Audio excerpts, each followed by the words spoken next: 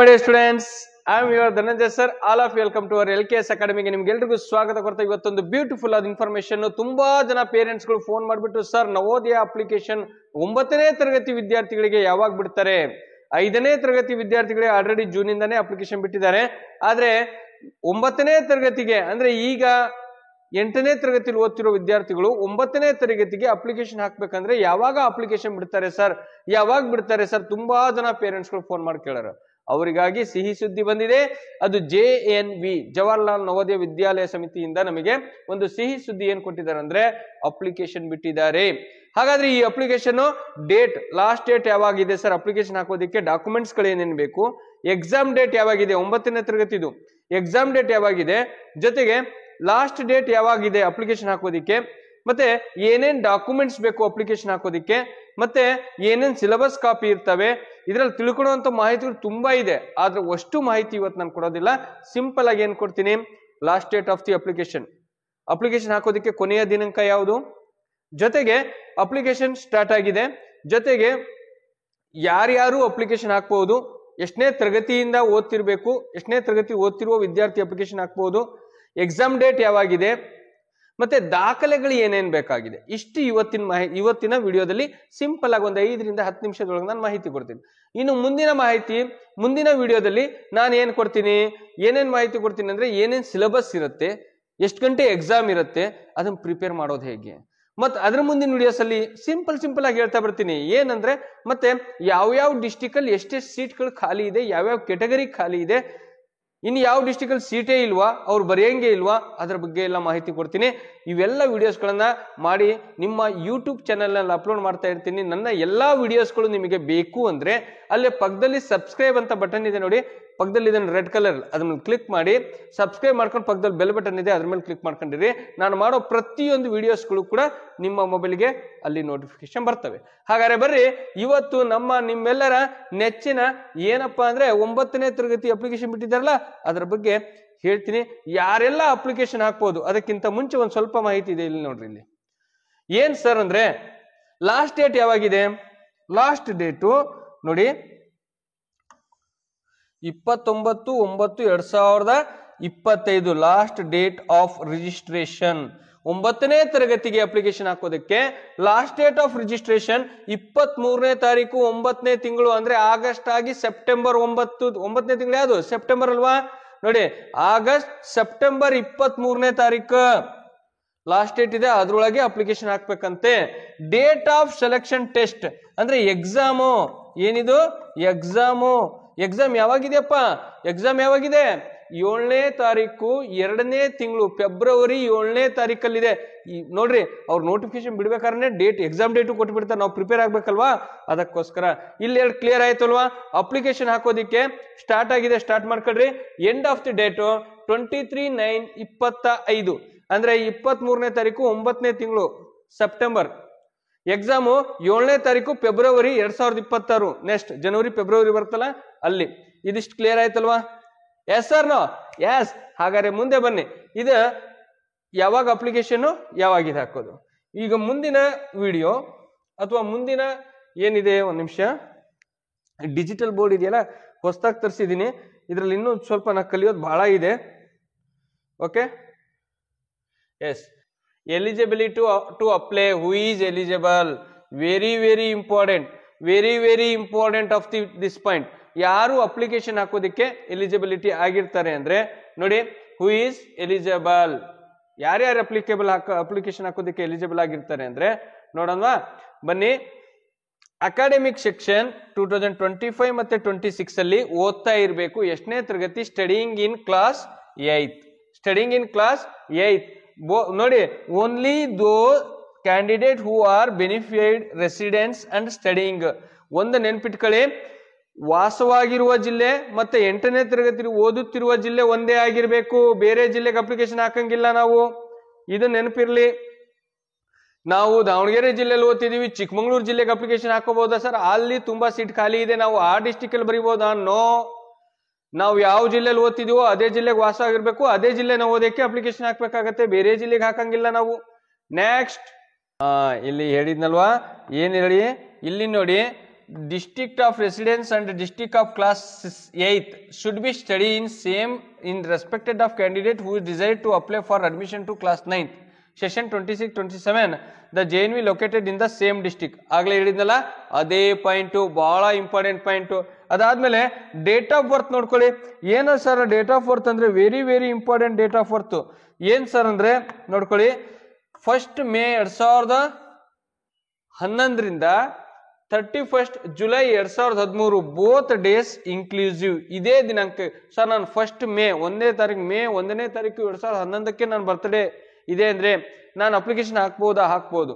Last day 31st July 2013 ಅಂದ್ರೆ ನಾನು 31 July ತಿಂಗಳಲ್ಲೇ 2013ಕ್ಕೆ ಹುಟ್ಟಿದ್ದೀನಿ ಸರ್, ನಾನು ಹಾಕ್ಬೋದಾ? 100% ಹಾಕ್ಬೋದು. ಬಟ್ ಇದರ ಒಳಗಿರ್ಬೇಕು.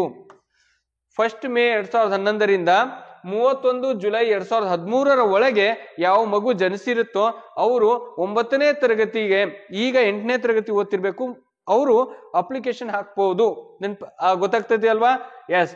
ಹಾಗಾದ್ರೆ ಈಸ್ ವೆರಿ ವೆರಿ ಇಂಪಾರ್ಟೆಂಟ್. ಈಗ ನಿಮಗೆ ಏನೇನ್ ಗೊತ್ತಾಯ್ತು? ಏನೇನ್ ಗೊತ್ತಾಯ್ತು ಹೇಳ್ರಿ?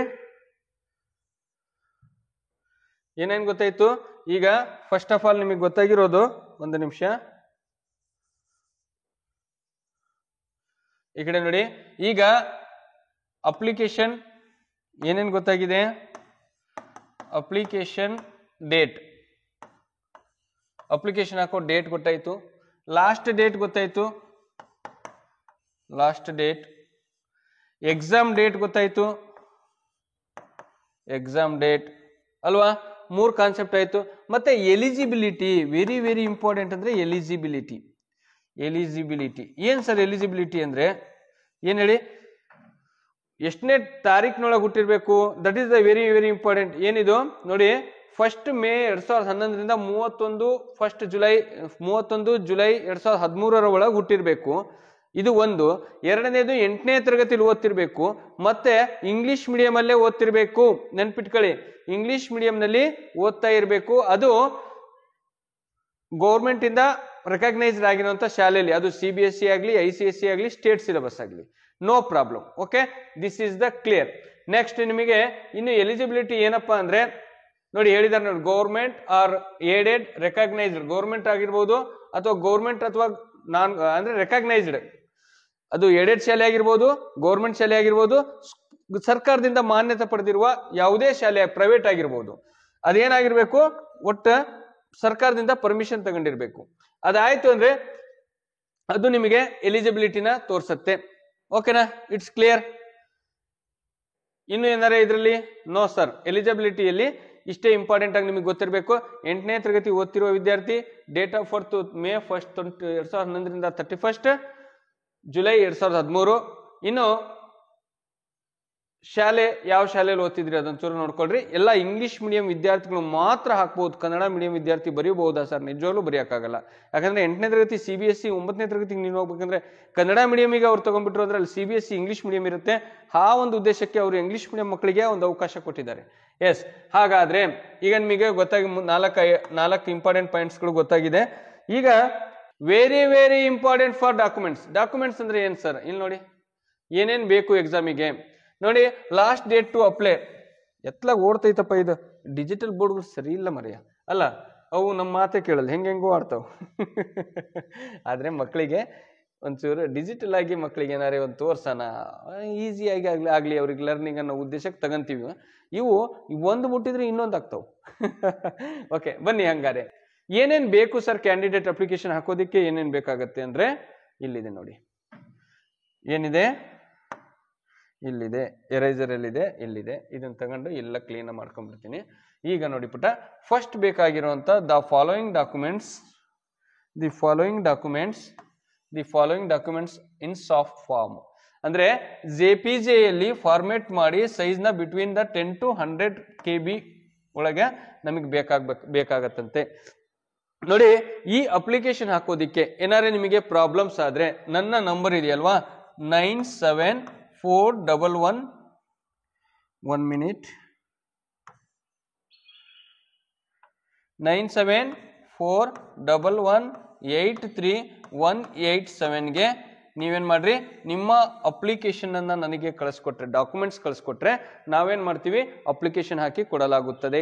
ಓಕೆನಾ? ಏನೇನ್ ಡಾಕ್ಯುಮೆಂಟ್ಸ್ ಕಳಿಸ್ಬೇಕು ಸರ್? ಫೋಟೋಗ್ರಾಫ್ ಫಾರ್ ಸ್ಟೂಡೆಂಟ್ಸ್ ಇಂದು. ಯಾರ್ದಿದು? ಸ್ಟೂಡೆಂಟ್ಸ್ ಇಂದು. Second, signature of the parents, signature of the candidate. ನೋಡಿ ಎಷ್ಟು ಸಿಂಪಲ್ ಡಾಕ್ಯುಮೆಂಟ್ಸ್ ಕೇಳಿದ್ದಾರೆ ಅಂದ್ರೆ ಹೇಳ್ತೀನಿ ನಾನು ನಿಮಗೆ. ಅಪ್ಲಿಕೇಶನ್ ಅಲ್ಲಿ ಓಪನ್ ಮಾಡಿ ತೋರಿಸ್ತೀನಿ ಏನೇನ್ ಡಾಕ್ಯುಮೆಂಟ್ಸ್ ನಾವು ಅಪ್ಲೋಡ್ ಮಾಡಬೇಕು ಅಂದ್ರೆ photo, student signature, parent signature, ಇಷ್ಟೇ. ಆದ್ರೆ ನೀವು ನನಗೆ ಅಪ್ಲಿಕೇಶನ್ ಹಾಕ್ಬೇಕಂದ್ರೆ ಇಂಪಾರ್ಟೆಂಟ್ ಆಗಿ ಏನ್ ಬೇಕಾಗತ್ತೆ ನಿಮಗೆ ಅಂದ್ರೆ ಶಾಲಾ ದೃಢೀಕರಣ ಇದ್ರೆ, ಶಾಲೆ ಹೆಸರು ಬರೆಯೋದಾಗ್ಲಿ, ಶಾಲೆ ಮಾಹಿತಿ ಆಗ್ಲಿ, ಇವ್ರದ್ದು ಡೇಟ್ ಆಫ್ ಬರ್ತ್ ಆಗ್ಲಿ, ಅವೆಲ್ಲ ಕೂಡ ಶಾಲಾ ದಾಖಲಾತಿ ಪ್ರಕರಣ ಬರೋದ್ರಿಂದ ನೀವು ಪಾಪುವಿನ ಸ್ಟೂಡೆಂಟಿನ ಆಧಾರ್ ಜೊತೆಗೆ ಶಾಲಾ ದೃಢೀಕರಣ ಒಂದು ಬರ್ಸ್ಕೊಂಡ್ರೆ, 8ನೇ ತರಗತಿ ಓದ್ತಿದಾರಲ್ಲ ಆ ಶಾಲೆದು ಶಾಲಾ ದೃಢೀಕರಣ ಒಂದು ಬರ್ಸ್ಕೊಂಡು ಆಧಾರ್ ಕಾರ್ಡು ಮತ್ತೆ ಈ ಫೋಟೋ, ಸಿಗ್ನೇಚರು ಮತ್ತೆ ಸಿಗ್ನೇಚರ್ ಆಫ್ ದಿ ಕ್ಯಾಂಡಿಡೇಟ್ ಇಷ್ಟನ್ನ ನೀವು ಫೋಟೋ ಹೊಡೆದು ಕಳಿಸ್ಕೊಟ್ರೆ ನಿಮ್ದು ನಮ್ಮ ನಂಬರಿಗೆ ಕಳಿಸ್ಕೊಟ್ರೆ ಅದನ್ನ ಅಪ್ಲಿಕೇಶನ್ ಹಾಕೋ ವ್ಯವಸ್ಥೆನೂ ನಾನು ಮಾಡ್ತೀನಿ. ಹಾಗಾದ್ರೆ ಇದು ಗೊತ್ತಾಯ್ತಲ್ವಾ? ಇಲ್ಲಿ ನೋಡಿ, basic detail of the candidates like state, district, residence and study, Aadhaar number, study details of the class 8, APAAR ID, PEN, address etc are to be filled in the application number. Sir, ಈ Aadhaar ID ಮತ್ತು PEN number ಎಲ್ಲಿ ಸಿಗುತ್ತೆ sir ಅಂದ್ರೆ ಶಾಲೆಯಲ್ಲಿ ಸಿಗುತ್ತೆ. ಶಾಲೆಯಲ್ಲಿ ಶಾಲಾ ದೃಢೀಕರಣ ಬರ್ಸ್ತಿರಲ್ಲ ಅಲ್ಲಿ ನೀವು ಆಪಾರ್ ಐಡಿ ಮತ್ತು ಪೆನ್ ನಂಬರ್ ಬರ್ಕೊಡ್ರಿ ಅಂದ್ರೆ ಅವ್ರು ಹೆಡ್ ಮಾಸ್ಟರ್ಗಳು ನಿಮಗೆ ಬರ್ಕೊಡ್ತಾರೆ. ಇದು ಶಾಲೆಯಲ್ಲಿ ಸಿಗುತ್ತೆ. ಇದಿಷ್ಟು ಡಾಕ್ಯುಮೆಂಟ್ಸ್ ನಿಮಗೆ ಇರಬೇಕಾಗತ್ತೆ. Very very important. Student photo, signature, parent signature, candidate signature upload ಮಾಡ್ತಾರೆ ಸ್ಕ್ಯಾನ್ ಮಾಡಿ. ಇನ್ನೇನು ಸ್ಕ್ಯಾನ್ ಮಾಡಿ ಅಪ್ಲೋಡ್ ಮಾಡಂಗಿರಲ್ಲ.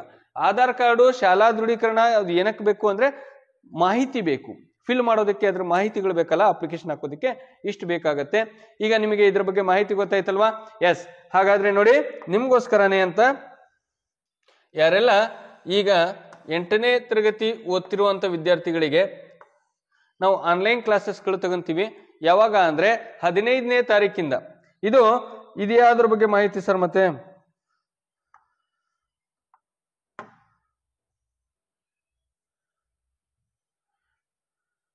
ಇದು ನೋಡಿ, ಬಡ ವಿದ್ಯಾರ್ಥಿಗಳ ಮನೆ ಕೋಚಿಂಗ್ ಅನ್ನೋ ಕಾನ್ಸೆಪ್ಟ್ ಅಲ್ಲಿ ನಾವು ಏನ್ ಮಾಡ್ತಿದೀವಿ, 5ನೇ ತರಗತಿ ಓದ್ತಿರುವಂತ ವಿದ್ಯಾರ್ಥಿಗಳಿಗೋಸ್ಕರ ಅಂದ್ರೆ 3 ಮತ್ತೆ 4 ಮತ್ತೆ 5ನೇ ತರಗತಿಯಲ್ಲಿ 3 ಮತ್ತು 4 ಮತ್ತು 5ನೇ ತರಗತಿಯಲ್ಲಿ ಓದುತ್ತಿರುವ ವಿದ್ಯಾರ್ಥಿಗಳಿಗೋಸ್ಕರ ಅಂತಾನೆ ಕೇವಲ ಎಷ್ಟು ರೂಪಾಯಿ ಗೊತ್ತಾ? ಕೇವಲ ಎಷ್ಟು ರೂಪಾಯಿ ಅಂದ್ರೆ ಕೇವಲ 3,000ದಲ್ಲಿ, ಎಷ್ಟು ಸಾವಿರ? ಕೇವಲ 3,000ದಲ್ಲಿ ನಾವು ಆನ್ಲೈನ್ ಕ್ಲಾಸಸ್ಗಳನ್ನ ಮಾಡ್ತಾ ಇದೀವಿ. ಏನೇನು ನವೋದಯ, ಸೈನಿಕ್ ಮತ್ತು ಮುರಾರ್ಜಿಗೆ ಸಂಬಂಧಪಟ್ಟಂತೆ ಕೇವಲ 3,000 ರೂಪಾಯಿನಲ್ಲಿ ಆನ್ಲೈನ್ ಕ್ಲಾಸಸ್ಗಳನ್ನ ಪ್ರೊವೈಡ್ ಮಾಡ್ತಾ ಇದೀವಿ. ಯಾರೆಲ್ಲ 3ನೇ ಕ್ಲಾಸು, 4ನೇ ಕ್ಲಾಸು, 5ನೇ ಈ ವರ್ಷ 5ನೇ ಕ್ಲಾಸ್ ಬರೀತಿದಿರಲ್ಲ ಆ ವಿದ್ಯಾರ್ಥಿಗಳು ಬಹಳ ಸೀರಿಯಸ್ ಆಗಿ ತಗೊಳ್ಳಿ. ಮತ್ತೆ 3 ಮತ್ತೆ 4ನೇ ತರಗತಿ ಓದ್ತಿರೋ ವಿದ್ಯಾರ್ಥಿಗಳಿಗೆ ಇದೊಂದು ಗೋಲ್ಡನ್ ಆಪರ್ಚುನಿಟಿ. ಈಗ್ಲಿಂದನೇ ಪ್ರಿಪೇರ್ ಮಾಡ್ಕೊಂಡ್ರೆ ಮುಂದೆ ಅವ್ರಿಗೆ ಫ್ಯೂಚರಿಗೆ ಬಹಳಾನೇ ಹೆಲ್ಪ್ ಆಗತ್ತೆ. ಯಾಕಂದ್ರೆ ಒಂದೇ ಸಲಕ್ಕೆ ಕೋಚಿಂಗ್ ಸೆಂಟ್ರಿಗೆ 60-70 ಸಾವಿರ ಆಗ್ಲಿ, 89 ಸಾವಿರ ಆಗ್ಲಿ ಅಂತ ದುಡ್ಡು ಕೊಟ್ಟು ನಾವು ಕೋಚಿಂಗ್ ಸೆಂಟ್ರಿಗೆ ಬಿಡೋದಕ್ಕಿಂತ 3ನೇ ಕ್ಲಾಸ್ 4ನೇ ಕ್ಲಾಸ್ ಇಂದನೇ ಪ್ರಿಪೇರ್ ಮಾಡ್ಕೊಂತ ಬಂದ್ರೆ ಯಾವುದೇ ಕೋಚಿಂಗ್ ಸೆಂಟರ್ನ ಸಹಾಯ ಇಲ್ದೇನೆ, ಯಾವುದೇ ಕೋಚಿಂಗ್ ಸೆಂಟ್ರಿಗೆ ಹೋಗಿ ದುಡ್ಡನ್ನ ಹಾಕ್ತಲೇ ನಾವು ಮನೆಯಲ್ಲೇ ಪಾಸ್ ಮಾಡ್ಕೋಬಹುದು. ನೋಡ್ರಿ, ಈ ವರ್ಷ 3ನೇ ಕ್ಲಾಸಿಗೆ ಅನ್ಕೊಳ್ರಿ, ಇಲ್ಲೊಂದ್ 3,000, ಇಲ್ಲೊಂದ್ 3,000, ಇಲ್ಲೊಂದ್ 3,000, 9,000 ನಿಮ್ಮ ಮಗು ನವೋದಯ ಸೆಲೆಕ್ಷನ್ ಆಗ್ಬಿಡುತ್ತೆ, ಸೈನಿಕ್ ಶಾಲೆ ಸೆಲೆಕ್ಷನ್ ಆಗುತ್ತೆ, ಮುರಾರ್ಜಿ ಶಾಲೆ ಸೆಲೆಕ್ಷನ್ ಆಗುತ್ತೆ, ಅಳಕಿ ಶಾಲೆಗಳ ಸೆಲೆಕ್ಷನ್ ಆಗ್ತವೆ. ನಿಮ್ಮ ಪ್ರಯತ್ನ ಬಹಳ ಇಂಪಾರ್ಟೆಂಟು. ಪೇರೆಂಟ್ಸ್ ಗಳಿಗೆ ಸಹ ನಮಗೆ ಯಾಕೆ ಇವೆಲ್ಲ ರಿಸ್ಕ್? ಆನ್ಲೈನ್ ಕ್ಲಾಸ್ ತಗೊಂಡ್ರೆ ಮತ್ತೆ ಸಂಜೆ ಮಕ್ಳಿಗೆ ಕೂರ್ಸ್ಕೊಂಡು ನಾವೇ ಅದನ್ನ ಗೈಡೆನ್ಸ್ ಮಾಡ್ಬೇಕು, ನಾವು ದಿನ ಕೇರ್ ಮಾಡ್ಬೇಕು. ನಮ್ ಕೈಲಿ ಆಗಲ್ಲ ಅನ್ನೋರು ಮಾತ್ರ ಕೋಚಿಂಗ್ ಸೆಂಟರ್ಗೆ ಹಾಕ್ರಿ. ಇಲ್ಲ ಸರ್, ನಾವು 1 ಗಂಟೆ ಮಕ್ಕಳ ಪಕ್ಕದಲ್ಲಿ ಕೂತ್ಕೊಂತೀವಿ, ಸಪೋರ್ಟ್ ಮಾಡ್ತೀವಿ, ಅವರಿಗೆ ಕ್ಲಾಸ್ ಹಾಕೊಡ್ತೀವಿ, ನೋಟ್ಸ್ ಬರೆಸ್ತೀವಿ, ಪ್ರಾಕ್ಟೀಸ್ ಮಾಡಿಸ್ತೀವಿ, ನೀವು ಹೇಳ್ದಂಗೆ ನಾವು ಪ್ರಾಕ್ಟೀಸ್ ಮಾಡಿಸ್ತೀವಿ ಅನ್ನೋದಾದ್ರೆ ಆನ್ಲೈನ್ ಅಲ್ಲೂ ತುಂಬಾ, ನಾನು ಹೇಳಿಲ್ವಾ, ಆನ್ಲೈನ್ ಕ್ಲಾಸ್ ಕೇಳಿ ಇವತ್ತು IAS ಆಫೀಸರ್ ಆಗಿರೋರು ಇದ್ದಾರೆ, ಆನ್ಲೈನ್ ಕ್ಲಾಸ್ ಕೇಳಿ KAS ಆಫೀಸರ್ ಆಗಿದ್ದಾರೆ ಅಂತ ನವೋದಯ ಎಕ್ಸಾಮ್ ಪಾಸ್ ಮಾಡಕ್ಕಾಗಲ್ವಾ? ಬಟ್ ಯಾರು ಆಗ್ತಾರೆ ಅಂದ್ರೆ ಆನ್ಲೈನ್ ಅಲ್ಲಿ ಪೇರೆಂಟ್ಸ್ಗಳ ಜವಾಬ್ದಾರಿ ತಗೊಂಡ್ರೆ ಮಾತ್ರ ಆಗತ್ತೆ. ಪೇರೆಂಟ್ಸ್ಗಳ ಜವಾಬ್ದಾರಿ ತಗೊಳ್ಳಿಲ್ಲ ಅಂದ್ರೆ ಆನ್ಲೈನ್ ಕ್ಲಾಸ್ ತಗೋಬಾರ್ದು. ಯಾಕಂದ್ರೆ ಮೊಬೈಲ್ ಅಲ್ಲಿ ಮಕ್ಕಳುಗಳು ಕ್ಲಾಸ್ ಕೇಳೋದ್ರಿಂದ ಮಿಸ್ಯೂಸ್ ಆಗೋ ಚಾನ್ಸಸ್ ಜಾಸ್ತಿ ಇರುತ್ತೆ. ಪೇರೆಂಟ್ಸ್ ಜವಾಬ್ದಾರಿ ತಗೊಂತೀವಿ ಸರ್, ನಮ್ ಕೈಲಿ ಕೋಚಿಂಗ್ ಸೆಂಟರ್ ಕಟ್ಟೋಷ್ಟು ದುಡ್ಡಿಲ್ಲ ಸರ್, ನಾವು ಇಲ್ಲಿಂದಾನೇ ಪ್ರಿಪೇರ್ ಮಾಡಿ ನಮ್ಮ ಮಗು ಸೆಲೆಕ್ಷನ್ ಮಾಡಿಸ್ತೀವಿ ಅನ್ನೋರಿಗೆ ಮಾತ್ರ ಇದು one of the best and golden opportunity. ಯಾಕಂದ್ರೆ ಹಾಗಾದ್ರೆ ನೋಡಿ, ಈಗ ಇದರದ ಮಾಹಿತಿನ ಕೊಟ್ಟಿದ್ದೀನಿ. 3ನೇ ಕ್ಲಾಸ್ 4ನೇ ಕ್ಲಾಸ್ 5ನೇ ಕ್ಲಾಸ್ ಮಕ್ಕಳಿಗೆ. ಸರ್ 9ನೇ ಕ್ಲಾಸ್ ವರೆಗೆ ಯಾವಾಗ ತಗೊಂತೀನಿ ಅಂದ್ರೆ 9ನೇ ತರಗತಿ ವಿದ್ಯಾರ್ಥಿಗಳಿಗೆ ಆಗಸ್ಟ್ 15ರಿಂದ ಕ್ಲಾಸ್ ಸ್ಟಾರ್ಟ್ ಮಾಡ್ಬೇಕಂತ ಇದ್ದೀನಿ. ಆಗಸ್ಟ್ 15 ಎಷ್ಟು ಹೇಳಿ? ಆಗಸ್ಟ್ 15ರಿಂದ ಕ್ಲಾಸಸ್ ಇರುತ್ತೆ, ಆನ್ಲೈನ್ ಕ್ಲಾಸ್ ಇರುತ್ತೆ, ರೆಕಾರ್ಡೆಡ್ ಕ್ಲಾಸಸ್ ಇರುತ್ತೆ. ಅದೆಲ್ಲ ನಮ್ಮ LKS ಅಕಾಡೆಮಿ ಅಂತ ನಮ್ದೇ ಒಂದು ಆ್ಯಪ್ ಇದೆ.